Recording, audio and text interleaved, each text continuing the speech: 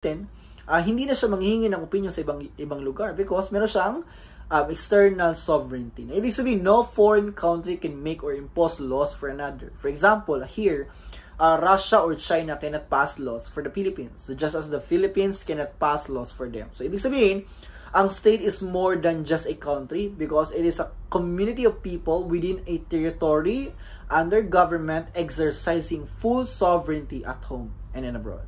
So, in our next slide now, we can see the idea of Benedict Anderson. So, according to him, ang nation daw is an imagined community. Baka ma-confuse ka, ano ang imagined community? This means that people in a nation feel connected to one another even if they will never personally meet all other members. Na ibig sabihin, kahit hindi kayo kakilala sa ganitong tao o sino ba yan, kahit hindi kayo nag-usap, still, tinawag siyang imagined community. We can really feel and being connected to one another kahit hindi kayo nagsalita, hindi kayo kakilala. Because why? We have our own culture. So according to Benedict Anderson, a nation is also limited because it has boundaries. Rights and responsibilities belong only to the citizens of the nation. Okay, this is different from religious communities. For example, anyone can choose to become Catholic. Anyone can choose to become a Catholic. Okay, the church even encourages people to join, but not everyone can simply become a Filipino. Okay, I hope it makes sense to all of us here. An American cannot just walk into the Philippine embassy and convert into a Filipino citizen. So, may proseso yan. No? May pinagdadaanan yan na proseso. So, nations usually limit membership to people who share a common culture, speak the same language, and live in the same territory. Okay? Calling the nation imagined, okay, according to Benedict Anderson, does not mean it is fake. Instead, what it highlights the shared feeling of belongingness. For example, when we cheer for a Filipino athlete in the Olympics, we do not we do so not because we personally know the athlete, okay? But because we imagine our connection as fellow Filipinos. Okay? Can you imagine that? Like hindi ka kilala ng sabihin natin si Carlos Yulo, hindi ka niya kilala, but still as a Filipino, you provide your support para sa kanya because we are Filipinos. So living here in the Philippines, we find comfort knowing that most people around us also identify as a Filipino. Okay? So most nations, according to facts, according to research, also strive to become states because nation builders feel fulfilled when their national identity takes the form of an organized government with recognized authority. But when nations now exist, okay, kindly take note, exist without being states, they often seek some level of autonomy within the largest scale. So for instance, the nation of Quebec, no, na-mention niya sa ating book, belongs to the state of Canada, but has its own laws about language since its citizens are French-speaking. So similarly, in the context of this one, Scotland is part of the United Kingdom, but remains strong independence movement led by what? Scottish Nationalist Party. So that's the idea of imagined community. According to, kanino yun? Kay Benedict Anderson. Okay, let's move to our next slide. Let's discuss the idea of interstate system. Baka mag-confuse ka, baka magka-problem ka to understand this one. I will explain it to you in a very simple way. Ang interstate system, it referred to the way independent states related to one another under the principle of sovereignty. So in this system, each state, okay, kindly take note of this one, each state held authority over its own affairs and was expected not to interfere in the domestic matters of other states. So this became the foundation of modern international relations. Okay, pag-usapan natin ang mataas na istorya na tinatawag na Westphalia. Because in 1648, this treaty ended the 30 Years' War. Okay, so you have tried to review in our reference ang 30 Years' War. It is one among the most devastating conflict between Catholics and Protestants in Europe. Okay. Even the Holy Roman Empire, Spain, France, Sweden, and the Dutch Republic agreed that each state would control its domestic affairs, that no state should intervene in the internal matters of another. So yung tinatawag nating treaty, ito yung kasunduan or the Westphalian system brought stability to Europe. By what? Recognizing the independence of states. Okay. However, it faced its first major challenge with the rise of Napoleon Bonaparte. Okay? In the early 19th century, Napoleon sought to spread the ideals of French Revolution, particularly with liberty, equality, and fraternity throughout the Europe. Okay?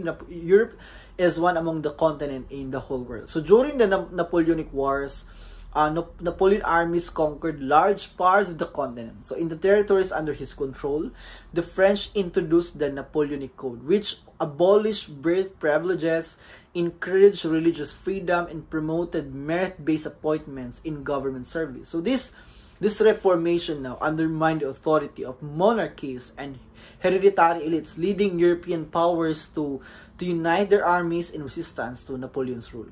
So in our next presentation, we can see ano nga ba ang konsepto ng Concert of Europe. Baka mag-wonder ka, sa book kasi natin, na-mention yan, yung Concert of Europe, and including its legacy. So the Concert of Europe now, it was a political and diplomatic system created in kailan? 1815. Okay, after the defeat of Napoleon. So saang country si Napoleon? Sa France. He was a French.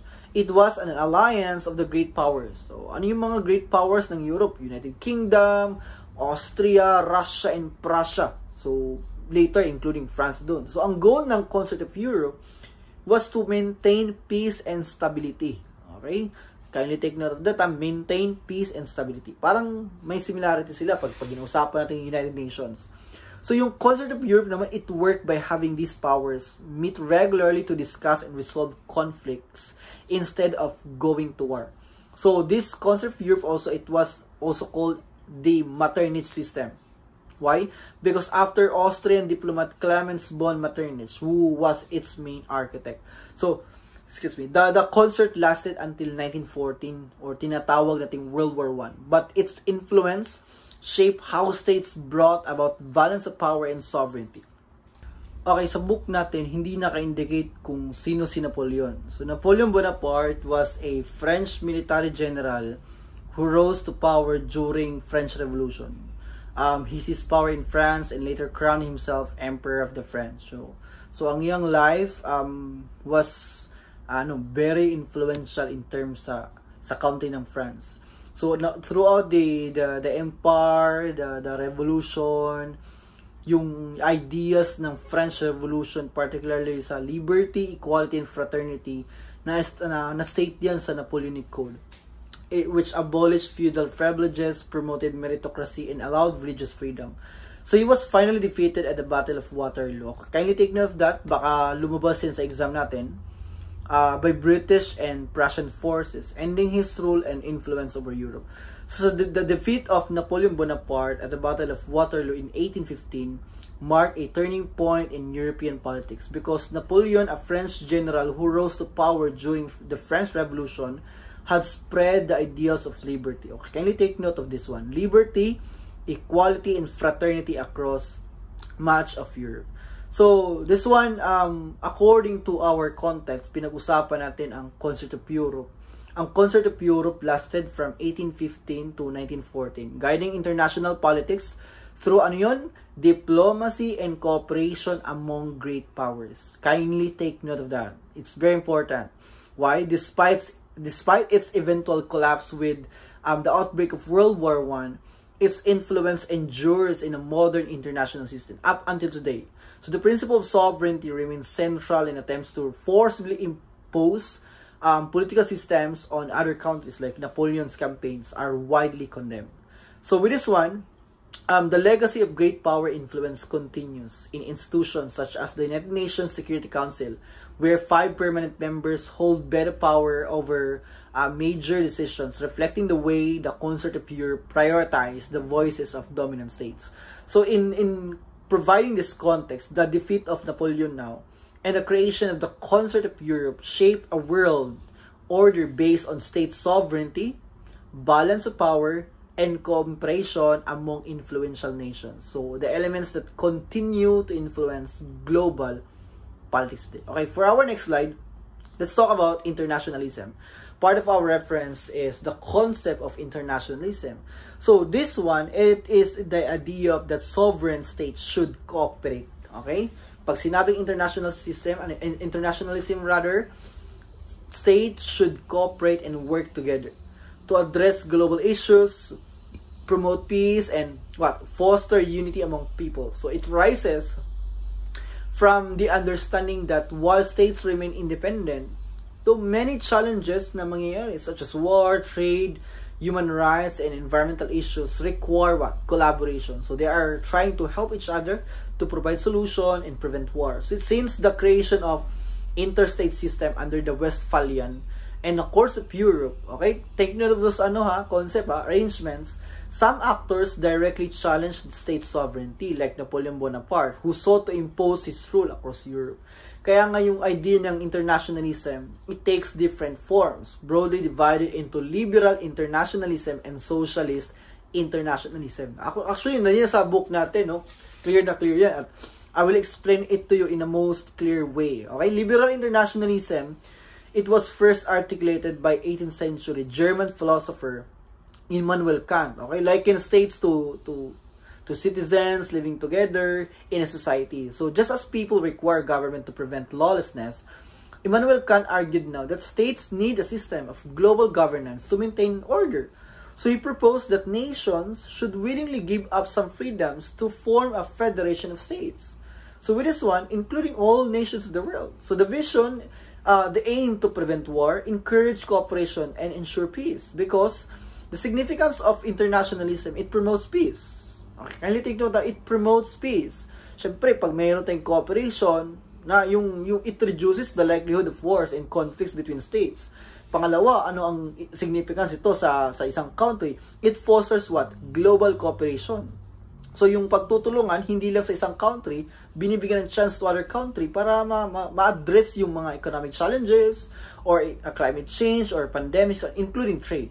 Okay, that's the significance.